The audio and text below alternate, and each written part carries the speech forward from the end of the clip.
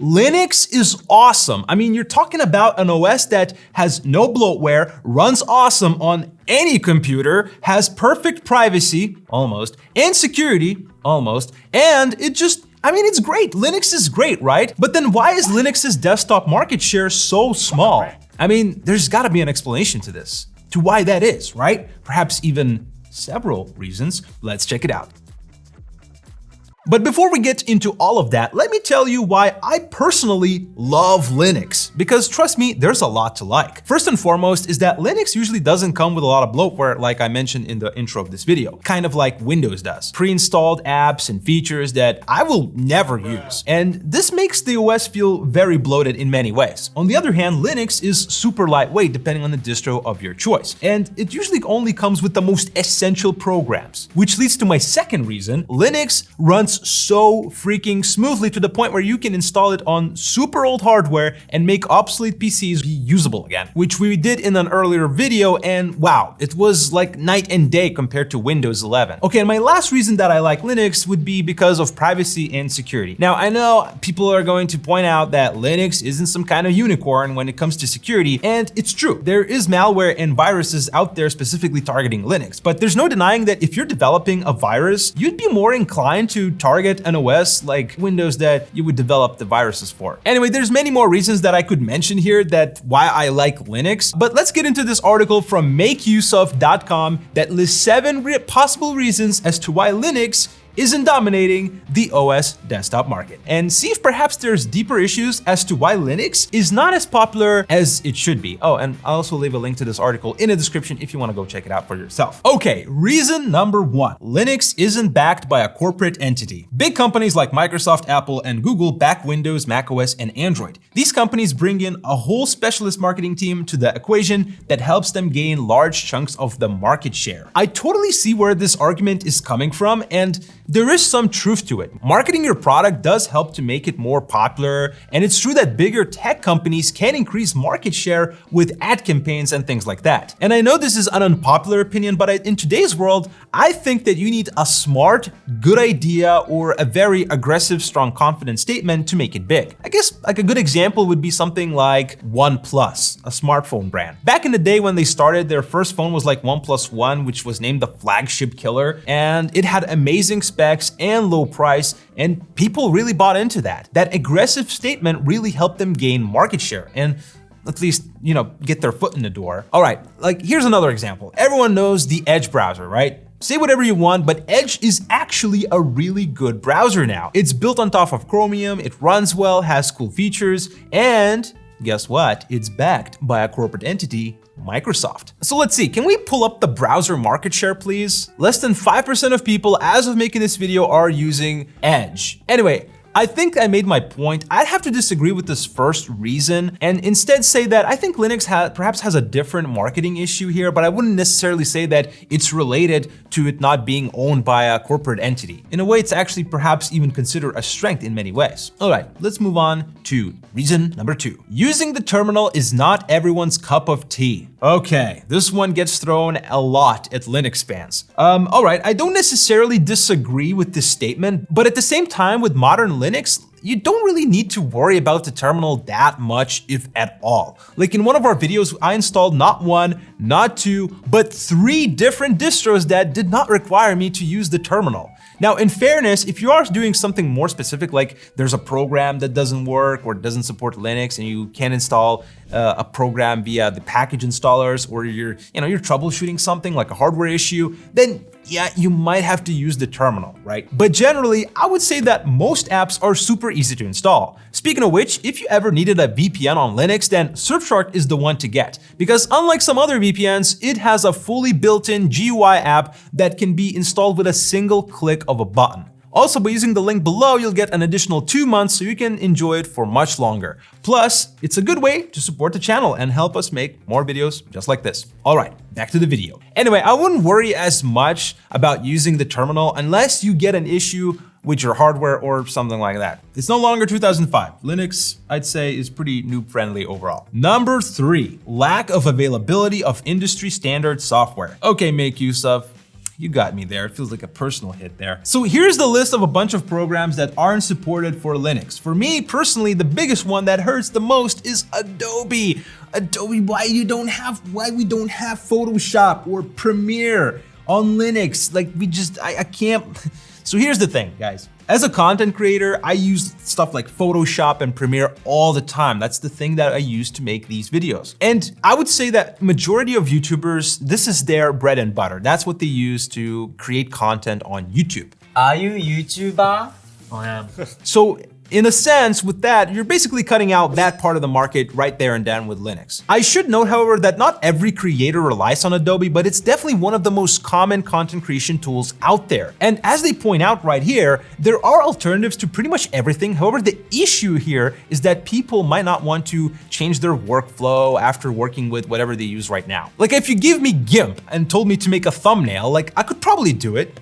Probably, but it would take me much longer than if, I'm using a program like Photoshop, which I'm more used to. But anyway, getting back on track, yeah, this is the definite issue for Linux, and I do agree with this reason. And honestly, it all comes down to publishers and developers, and perhaps even us users. They have to recognize that Linux is a big deal, and we have to I guess keep requesting, sending them messages to their support team to bring these apps to come to Linux. But yeah, I wouldn't hold my hopes up for Adobe to budge on that. All right, let's move on to reason number 4. Lack of exclusive ecosystem of apps and services. Okay, this is interesting. An ecosystem of apps and services allows you to effectively perform your operations across various devices. True. Examples of such ecosystems are Microsoft Office, Outlook, and OneDrive, etc., etc. Okay, again, I see where they're going with this, but I wouldn't necessarily agree that I use Windows for its ecosystem, nor Apple. Like I know that companies, like this is a huge milestone for them, like they want to have an ecosystem to make users stay loyal, and Apple is probably the best at this, right?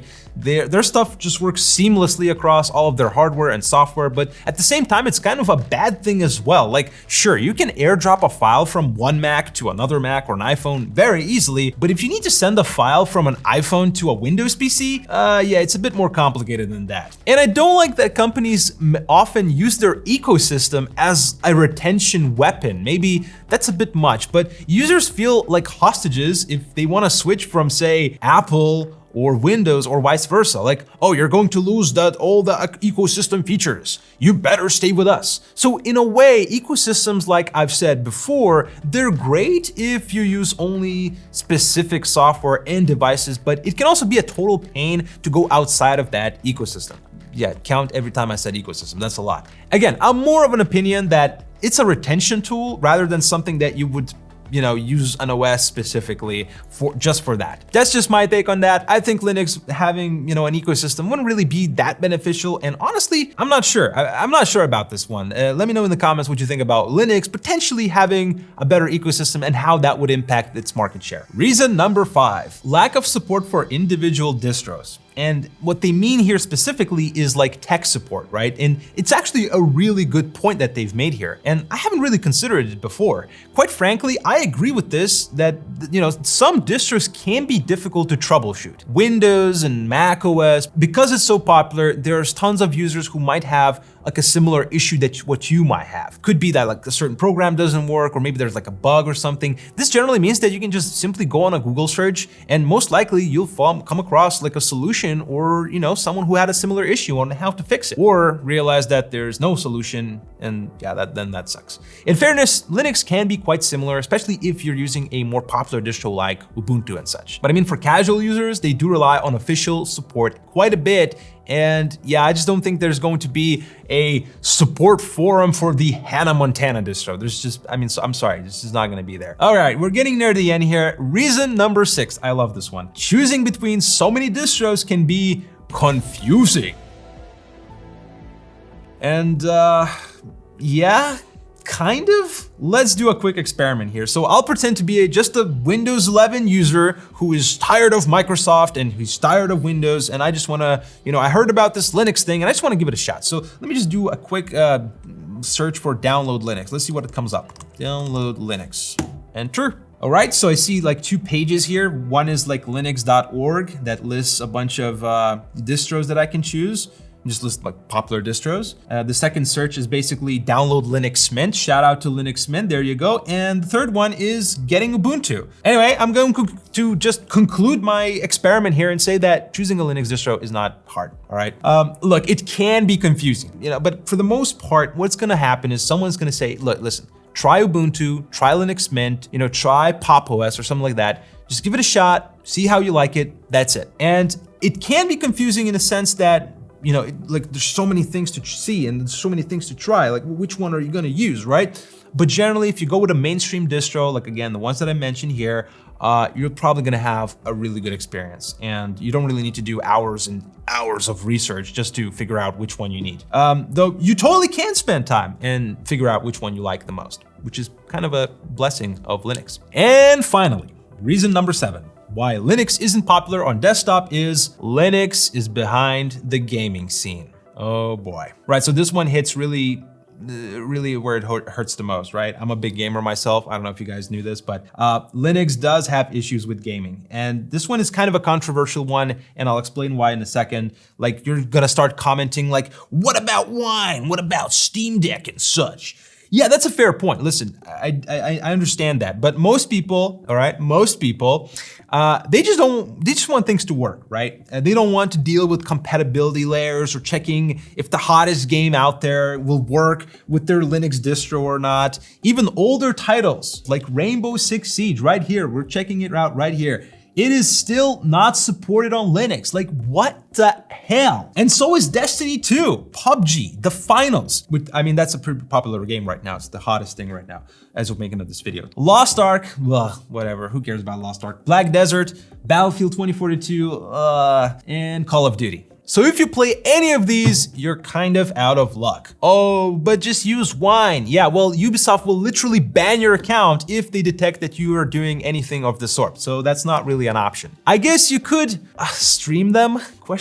Overall, I'm sorry, but the last reason is 100% correct. And of course, if you don't care about gaming at all, then yeah, this won't impact you and consider yourself lucky, okay? So in conclusion, why Linux isn't more popular? I think this article brought, a lot of good points and arguments as to why that might be the case. And it's probably a combination of all these things, right? I've said this many times, but for me, it all comes down to general familiarity. And we see this in a lot of industries as well. For instance, an iPhone user is more likely to stay on an iPhone, and same goes for Android. Unless something groundbreaking happens, some kind of exclusive thing that is so good and you need to get this product, then sure, same goes for software. Then yeah, you might actually switch from what you're used to and try that new thing. But for the most part, I'm sorry, but people just don't care. Now, what can Linux do to become more popular today? That's more of an interesting question, right? I think spreading general positivity about it is definitely something that can really help, showcasing how easy it is to understand it,